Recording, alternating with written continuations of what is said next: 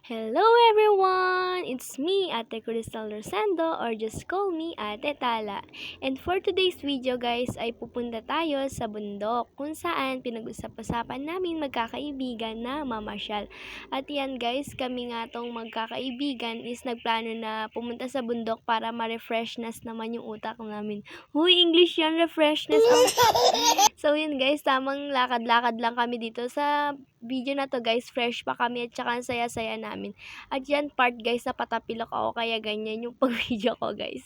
At ito yung bundok na pupuntahan namin guys. Ayan o, nakikita nyo yan. Dyan kami mismo magpipiknik guys with our friends. Syempre naman. Ayan guys, tamang lakad-lakad lang. At ito guys, talagang inunahan ko na sila guys para dare-diretso lang. So yan, makikita nyo naman guys, sobrang tirik ng araw kaya tuloy na tuloy pa rin kami guys.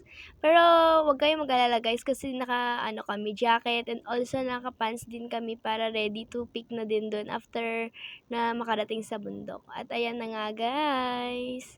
Tamang lakad lang kami dyan guys. Natataranta nga kami guys, baka madulas kami or what kasi medyo basa pa talaga yung apakan namin guys kasi bagong tanim yung mga dyan, yung mga palay. At dito naman guys yung pagdaanan ng tubig at dito kami dumaan. Yan, nakikita nyo yan guys.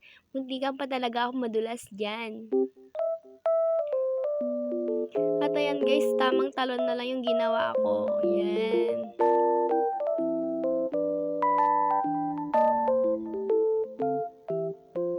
At ayan na nga guys, successful yung pagtalan-talan natin dyan. Yan yung mga kaibigan ko guys. Talagang pinag-isipan namin na pumasyal dito guys para pagdating ng mga daming schoolworks na gaganapin is parang na-refreshness naman na yung utak namin. Huy, refreshness! At ayan guys, successful nga. Patawa-tawa pa si ante nyo dito. At ito na nga guys, yung nauna sila. Tapos ako napalas na ako guys kasi nagtamang video-video lang. Pero sa totoo lang guys, sinatakot nga nila ako, niyuyug-yug nila yan guys. Sabi naman kasi nila, malalim yan. Kaya tamang kabado talaga ako sa paglakad yan. Tamang hawak lang sa poste. Eh, nakikita niyo yan guys, yung kawayan yan, dyan ako mahawak guys. Sabi ko sa kanila, wait nila ako. Pero tuloy-tuloy sila, iniwan nila ako. Huy, grabe ba? At dyan nakikita niyo yung kamay ko guys, talagang tinataranta na talaga ako sa time na yan guys. Kasi kala ko talaga madudulas ako. Kasi basa yung apakan guys.